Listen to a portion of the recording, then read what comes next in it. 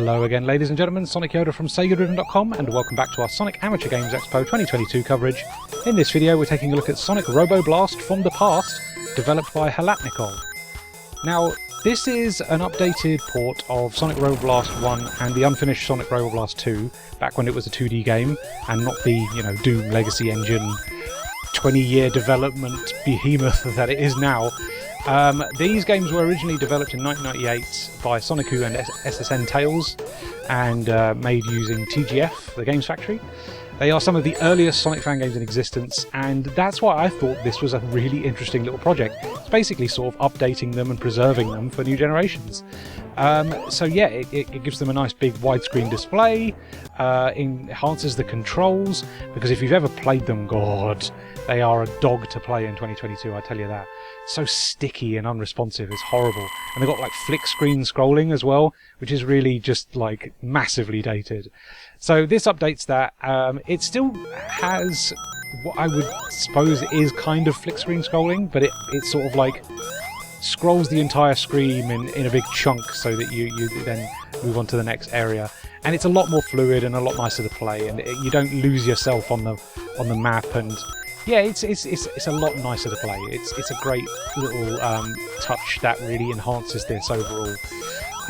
Outside of that, the graphics and the actual, like music is all the MIDIs from the original. It still looks dated. It's very sparse in what the actual stages look like. There's very little detail to the actual tile sets. Nothing in the background. It's just a colour, isn't it? And each stage basically just sort of palette swaps the existing tile set. So it's not a lot to look at. It's you're not going to fall in love with this visually. But I had a lot of fun with this. I actually recorded an awful lot of B-roll, which I was not expecting, just because I was enjoying going through the entire thing. It's very easy and very simplistic. The stages have not a lot of challenge to them. As long as Sonic is in his jump, you can defeat all the enemies.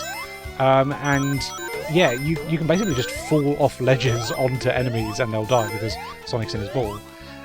Yeah, it's very simplistic, but it's just very snappy, very fast, and just enjoyable. Like if you're just looking for a short little game to have a muck around with, and just get your platforming fix. This absolutely does that, which is quite impressive considering like how archaic it kind of is.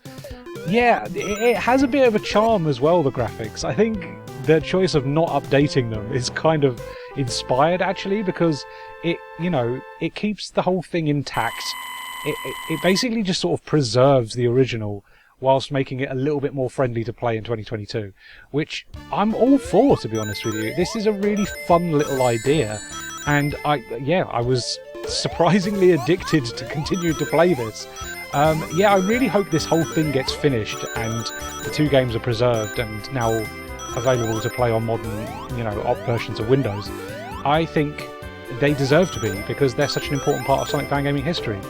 Yeah, I actually would recommend this quite a lot, because I'm just surprised at how enjoyable just that slight tweak to the controls and the enhancement of the bigger, screen resolution and the better scrolling.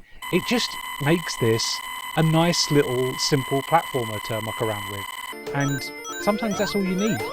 Honestly, I would recommend this. I think it's worth playing, and also it's just important to know the history of Sonic fan games, I think. Like, the fact that this has now been archived in a way is super important. I think it's incredible that this development is happening, and I really want to see it finished.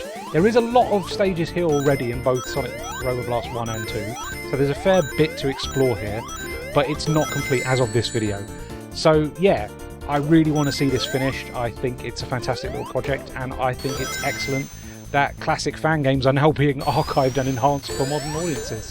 What a fun little idea.